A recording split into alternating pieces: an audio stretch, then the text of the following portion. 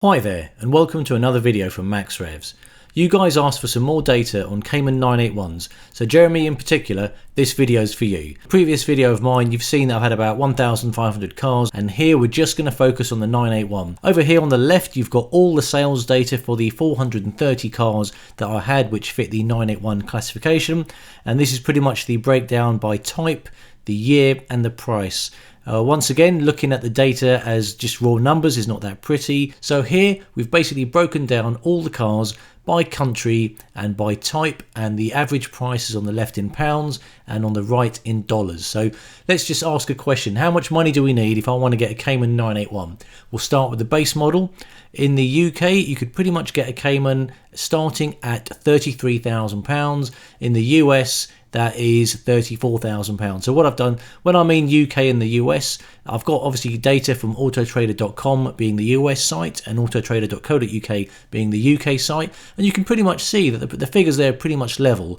So to answer the question, get yourself £33,000, $44,000, and you'll be in a shiny 981. They're pretty level between the different countries. You can see we've got some black editions only for sale in the UK. That's coming in at 38,000. What we can do is actually see how many we've got. So if I look at the underlying data, full data over here. So we've got 5 black editions for sale. As you can see, the prices and the mileages range from 14,000 up to 93,000. Probably skip on the, and you can see it's taken a hit on the price. Look at that, £27,000 versus 42,000. So they're all hovering around 40. If you fancy a high mileage one, maybe you could have a look at that one. So obviously you can see the GTSs command more value, and that Halo car, the GT4, it's well up there. You can basically see you need more money to get one of those into the UK than the USA. £81,000, $107,000 for a UK one, and in the US you can get into one for $98,000. So I like the GT4. Let's just have a look at what the cheapest and most expensive GT4 is in the UK. How many cars? Oh, okay, 28 cars. So 28 cars in the UK for sale. The cheapest is 72,000, 8,000 miles. That's not bad. That's not bad. And coming in at 89,000. Once again, 1,200 miles. So, you know, we could click on the links for the individual adverts to see why this one is that much cheaper. Let's just see how many samples we had in the US for sale. Let's have a look. Full data. 92 cars. Wow, a lot more in the US. And if we order that by dollars, the cheapest is $74,000 at 25,000 miles. And the most, $119,000, 324 miles. Let's not dwell on this stuff for too long. I can talk so much about this stuff. I'm glad to see some of you guys sort of said I could listen to this forever. I quite like this car data. It's brilliant. On the left-hand side, this is all the automatic cars. This right-hand side is all the manual cars. So if you fancy a manual car, it's actually cheaper. Coming in at a base 981, £31,000, $41,000. So if you can and you haven't got the money, get into a manual first. So yeah, I've looked at this data for a long time. All the automatics are here on the right.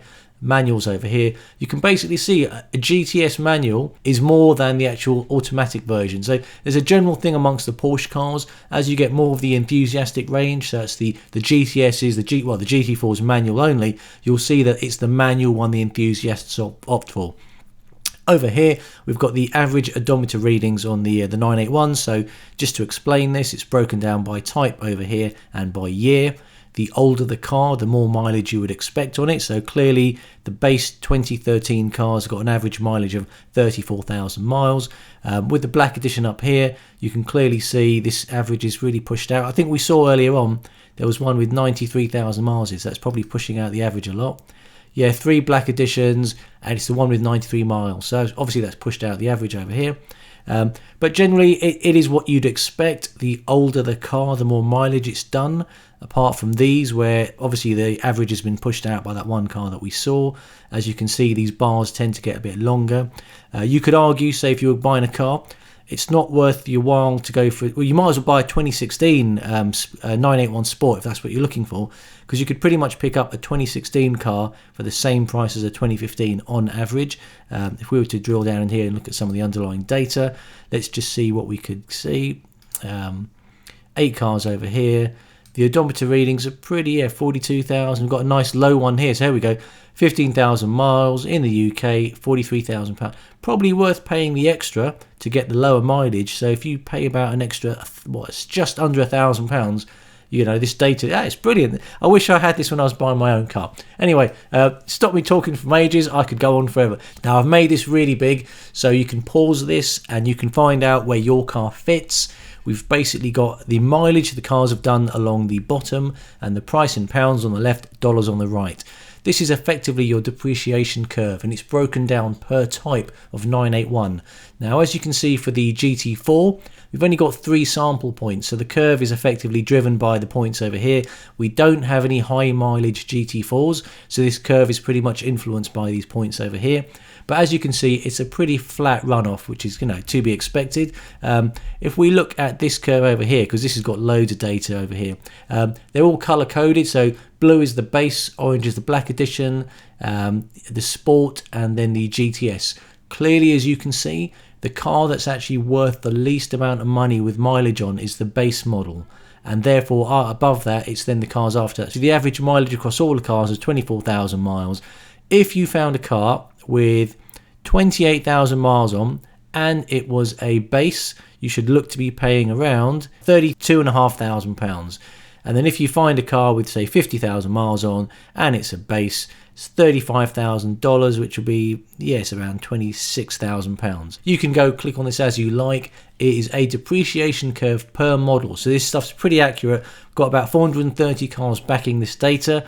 And yeah, I hope you enjoy this video. See what you think. Give us a like. Put your comments down as below. Any specific questions, let us know. I'll see what I can do to help you. Enjoying life and cars to the max. See ya.